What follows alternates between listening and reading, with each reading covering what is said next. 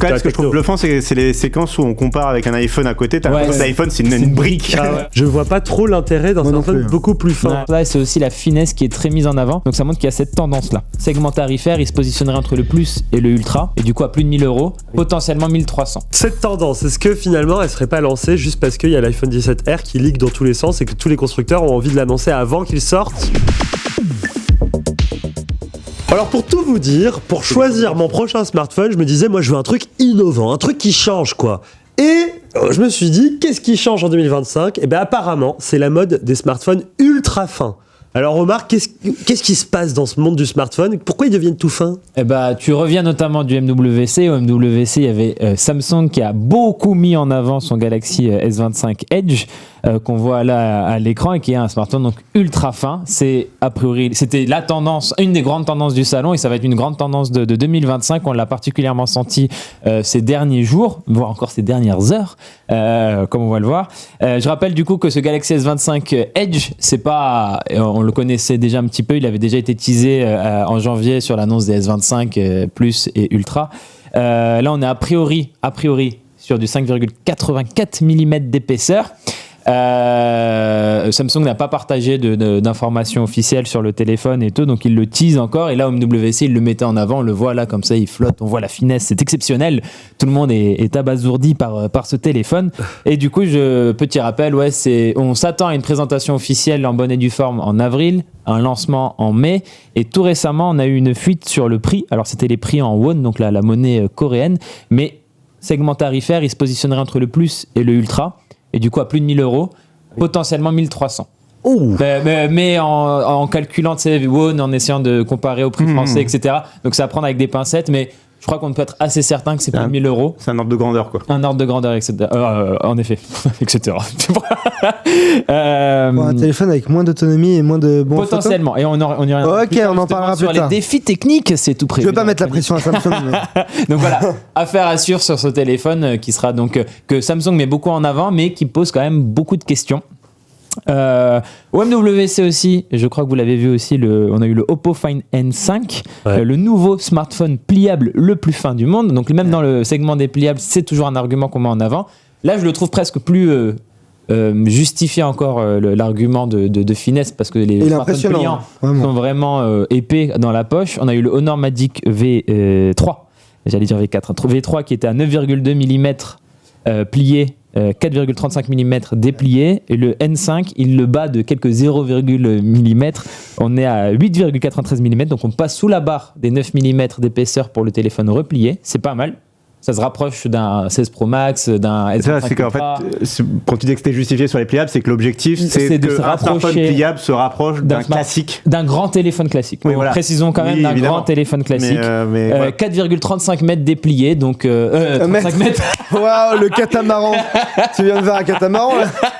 Sympa. On dévoile. Regardez cette voile. 4,35 mm déplié.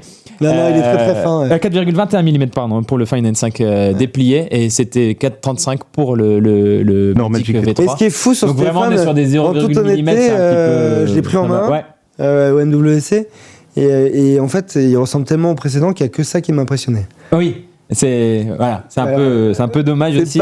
On se cache des fois derrière cette nouveauté là qui est en soi un peu gadget pour le moment, mais qui a beaucoup d'impact. On va pas le dire, mais on va en parler justement.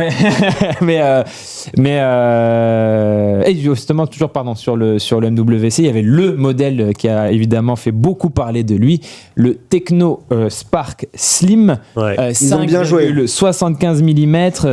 Ce serait donc plus fin que le S25 Edge. J'ai dit. Monsieur Greux. C'est Monsieur Greux là derrière, c'est Aurélien. C'est ma photo. Donc je rappelle un 5,84 attendu sur le S25 Edge. Là on est sur 5,75 mm, et eux en plus ils sont payés le luxe d'annoncer la capacité de batterie 5200 mAh. Et justement, vous deux, vous l'avez, Edouard aussi, mais vous deux aussi, Ulrich et Arnaud, vous l'avez pris en main. Vous en avez pensé quoi Moi, j'ai pris la version en céramique. Alors, c'est pas celle-ci, ça c'était la version. Je sais plus en quel métal. Moi, j'ai pris en céramique blanche, et c'était vraiment. Alors, moi, je suis super sceptique sur les téléphones fins. Je suis de base super sceptique. Voilà, de base. Ouais. Je me dis, beaucoup de compromis. Je vois le challenge technique, c'est-à-dire, il faut concevoir une batterie qui va être suffisante dans cette épaisseur. Il faut gérer la gestion thermique, la chaleur générée est plus difficile à évacuer. Et enfin, en photo, c'est un vrai challenge parce qu'on connaît l'épaisseur des optiques. Il n'y a pas de secret. Et du coup, je suis arrivé avec ce compromis en disant, vous perdez votre temps et la seule chose qu'elle est utile, c'est que ça fait des avancées technologiques qui nous serviront aux téléphones normaux. Et en vrai, une fois en main, je me suis dit, il y a un truc que je n'avais pas évalué, c'est que c'est tellement fin que la prise en main est améliorée et qu'on peut avoir un écran un peu plus grand.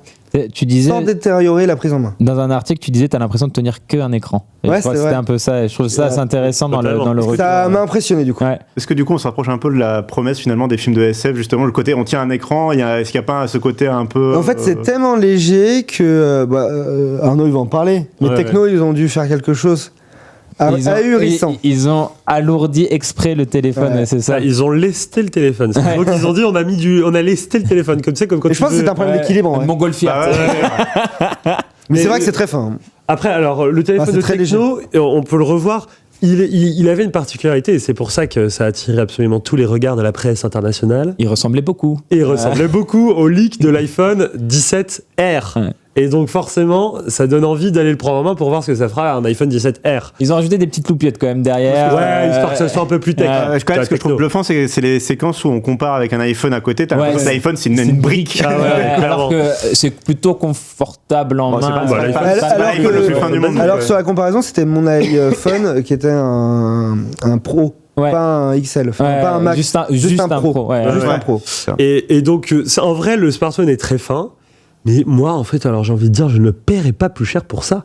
Je ne vois pas trop l'intérêt d'un smartphone beaucoup plus fin. Ouais. Et puis, je vais vous dire, déjà, les gens mettent des coques. Donc, on accepte que, voilà, la finesse, on la perd. Et au final, alors par contre, le design type iPhone 17R, on va dire que c'est celui de Techno. Mais franchement, il est plutôt cool. Ouais, la barre de capteur photo tout en haut, c'est sympa. Ça marche bien, c'est joli. Ils ont deux caméras. Alors eux, ils ont deux caméras. En vrai, eux, ils ont fait vraiment le smartphone pour dire qu'ils ont fait, parce que ça sera pas ce smartphone qui sortira. Il sortira normalement début de l'été, je crois. Et avec une autre fiche technique. Est-ce qu'ils ont donné que 2 détails? En vrai, ils ont pas du tout les mêmes problématiques que Samsung, parce qu'on sait que Samsung va sortir du Snapdragon 8 Gen. 8 Elite, pardon. Donc le haut de gamme. Eux, ils vont intégrer un Mediatek milieu de gamme qui va beaucoup moins chauffer, quoi. Juste du coup pour rappeler quand même sur Techno, c'est une marque chinoise très très très puissante qui appartient au groupe Transsion, qui est très très présente et qui marche très très fort en Afrique. Ils ont dit qu'ils étaient intéressés par le marché de l'Europe occidentale, mais pas forcément directement sur les smartphones. Je précise juste, ça arriverait par le PC d'abord. Mais les smartphones, ils sont en train de s'occuper de la partie législation. Ok, c'est ça. Mais il est fort probable, de ce qu'on a dit, qu'en fin d'année, on trouve du techno dans les magasins boulangers, etc. Parce que vraiment, ils cartonnent en Afrique. En fait, les gens parlent beaucoup. On a beaucoup de lecteurs justement africains qui nous disaient que Techno, ce qu'ils aiment beaucoup, c'est le rapport design-prix. Ouais. Et même Techno-prix. Design revenait souvent, quoi. Ah, j'ai pas fait exprès. J'ai pas fait exprès. Oui, si, ça. Mais il y a qualité-prix, du coup. Le design, je sais que design, ils font des choses cool. Ils sont beaux. Il y a des trucs avec de la couleur, des jeux de lumière. Non, ils vont assez loin. Et il y a Infinity aussi qui a surveillé. Infinix, pardon. C'est le même groupe. Infinity. Et après le MWC, on a eu une autre marque, Realme, qui a dégainé aussi un smartphone très fin, ultra fin, peut-être pas forcément, mais très fin. C'est le Realme, c'est P3 Ultra. On le voit là encore à côté. Sur le papier, c'est le plus fin. Pardon ? Sur le papier, c'est le plus fin. Il est à 7,38 mm, lui. Donc, mais ça va dans ce même sens-là, mais 6000 mAh de batterie quand même. Donc on arrive à mettre 6000 mAh. C'est plus qu'un Galaxy S25. Je dis ça, je dis rien. Et donc c'est pour montrer, voilà, on est peut-être moins impressionné par la finesse de celui-là, mais quand même ça montre que ça va dans ce sens-là, et c'est aussi la finesse qui est très mise en avant. Donc ça montre qu'il y a cette tendance-là. C'est quoi le plus gros défi technique sur ce genre de smartphone ? Le premier qui vient en tête, Lyric l'a mentionné un petit peu, c'est évidemment la batterie. Comment on met une batterie qui tient la route dans on veut des batteries toujours de plus en plus grosses, mais dans des designs a priori de plus en plus fins. La grande réponse, la réponse principale, c'est les constructeurs vont miser à fond sur les batteries silicium-carbone. Alors, qu'est-ce que c'est ? Je précise juste du coup que les silicium-carbone, c'est pas nouveau. On avait déjà vu Honor qui travaillait dessus dès 2023 en visitant une de leurs usines en Chine. Ouais. Et je vais vous afficher Ulrich et Arnaud en vous mettant une photo de vous. Je pensais que cette photo était partie loin. Et du coup, on nous reconnaît pas, ça, c'est pas nous. Ils nous avaient montré. On connaît à la pause qui est. J'avoue très bien qui est.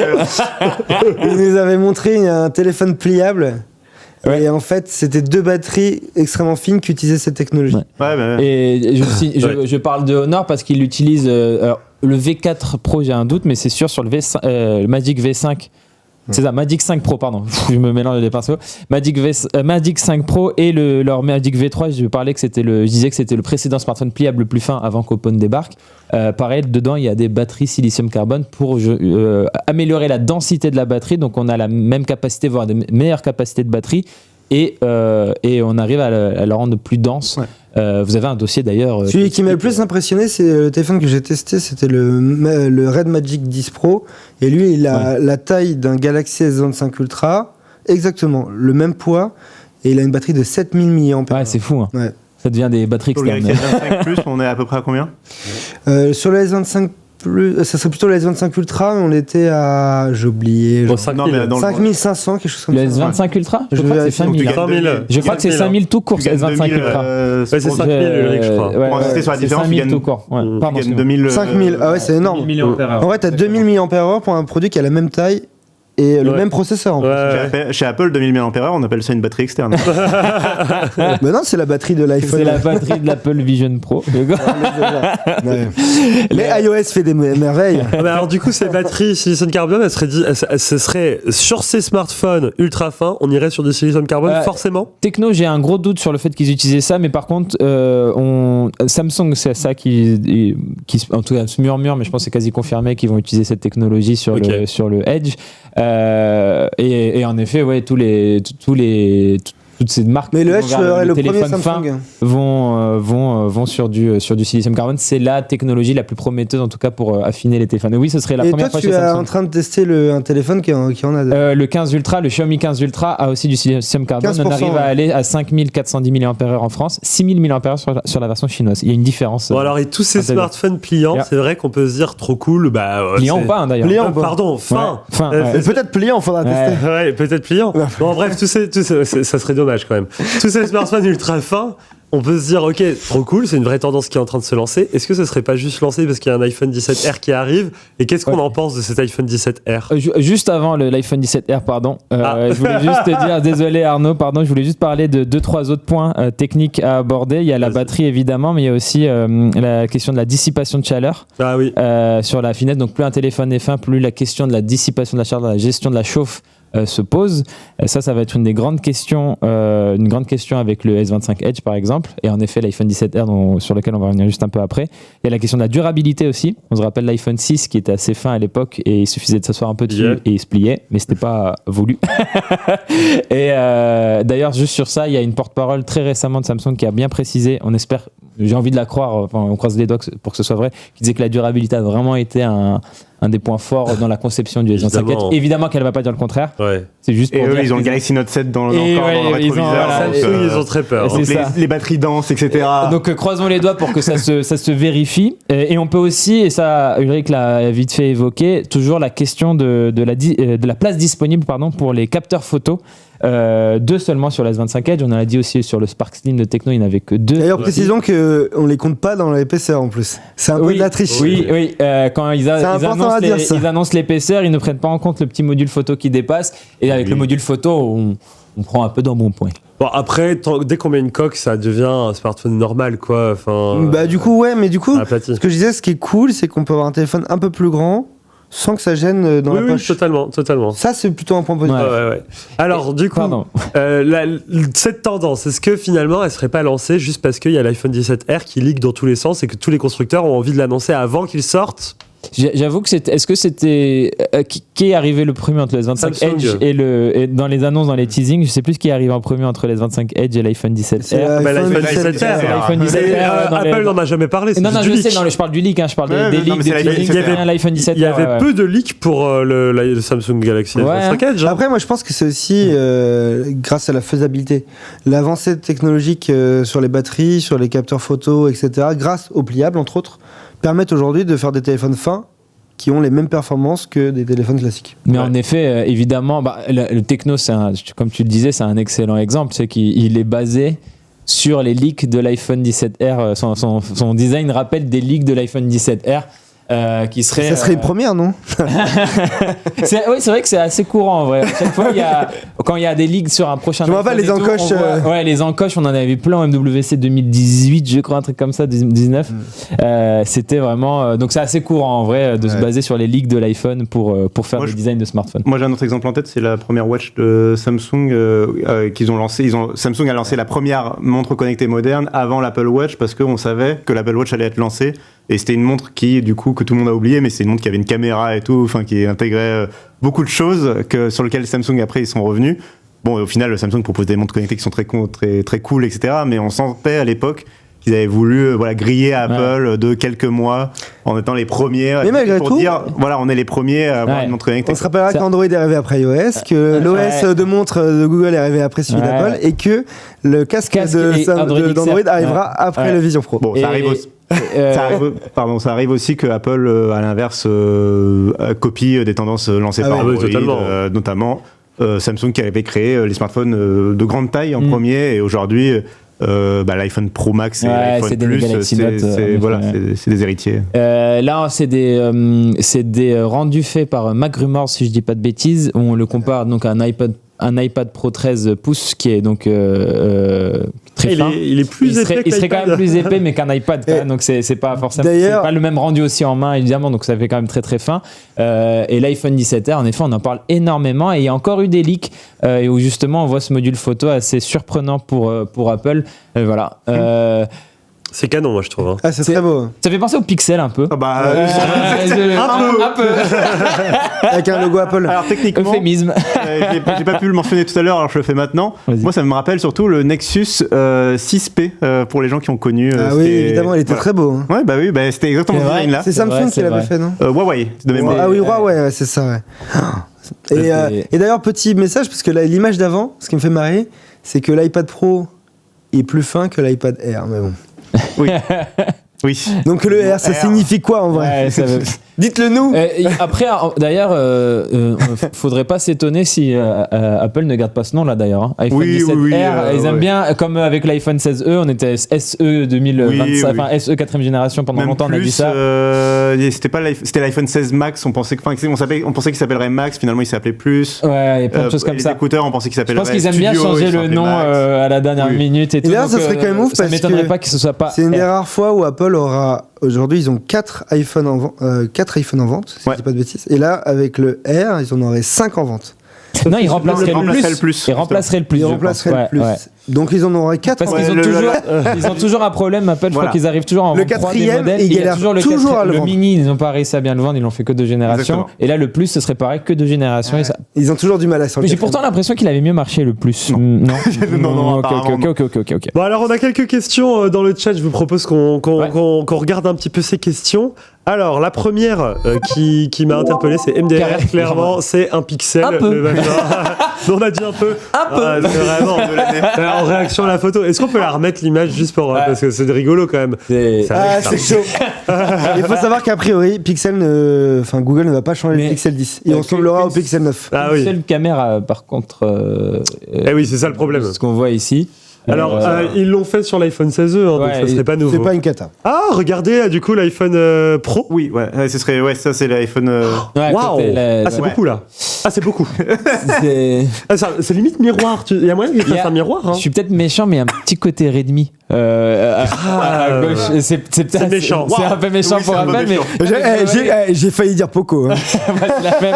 Là, ils ont juste étendu le rectangle. Oui, hein. voilà, il y a un côté comme ça. Normalement, chez Poco On ou verra, Redmi, c'est pour placer leur nom, justement. C'est pour écrire Poco Bon. ou Redmi Écoutez, là-dessus. on verra à la fin de l'année. Mais Alors, c'est vrai que du coup, à droite, c'est un peu plus élégant, un peu plus joli, mais il y a une seule caméra par contre. Une autre question. Pourquoi Tecno n'est toujours pas en Europe?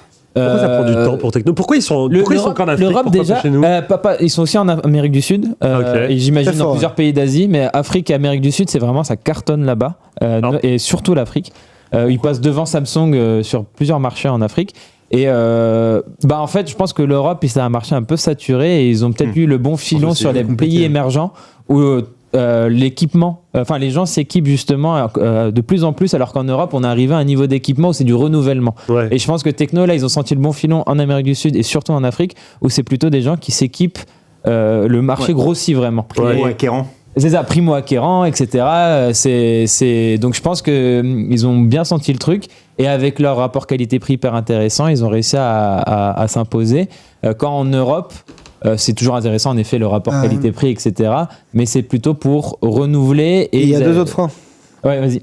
Le premier, c'est les opérateurs qui sont très puissants Aussi, en Europe. c'est vrai. Il faut courber les chines.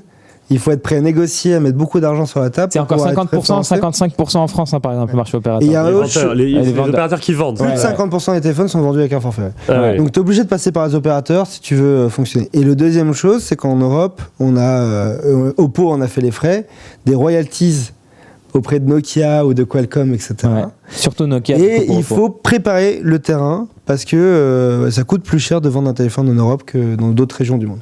Ok. Donc il y avait des freins, et en vrai c'était une stratégie gagnante parce qu'on parle d'eux. Hein. Ouais, Très bonne stratégie. Et ils ont une belle popularité, parce que dès qu'on parle d'eux, en effet, on a beaucoup de commentaires qui viennent de nos lecteurs ou téléspectateurs d'Afrique. Téléspectateurs, Je sais pas comment les dire. viewers. Voilà. Oui. Excuse-moi, j'ai pris un coup de vieux. Qui nous disent, ça franchement, ça marche bien et tout. Il y a Infinix qui est un peu moins mis en avant que Tecno au MWC par exemple et tout, mais qui est aussi, moi au Et Maroc, on a une quand j'y troisième, retourne, ils ont une troisième, mais j'ai oublié le nom. Mais Infinix au Maroc, quand j'y retourne, je vois du Phoenix vraiment dans plein de téléboutiques ou des choses comme ça, vraiment de la pub à fond quoi. Ben, dites-nous d'ailleurs si ça vous intéresse qu'on teste ces smartphones, parce que s'ils arrivent en Europe Itel. un jour, ça Itel, la Ouais, ils ont troisième. Itel aussi, mais qui est moins, on en parle moins un peu. Alors, autre question, est-ce que vous pensez que les ultra fins vont remplacer les classiques ou cohabiter ensemble? Comme on pensait que les pliants allaient remplacer les classiques, au final ils cohabitent. C'est vrai qu'on pourrait se dire, tous les smartphones vont peut-être être ultra fins à l'avenir. C'est Qui veut un smartphone épais en vrai? je pense quand même la dynamique est un peu différente, c'est qu'en allant vers du très fin, au moins les smartphones plus classiques, même s'ils vont peut-être continuer à cohabiter, au moins eux aussi ils vont peut-être profiter un peu de cette techno, tu vois. Et ils vont pouvoir s'affiner un petit peu, peut-être pas autant que ces ultra fins, etc.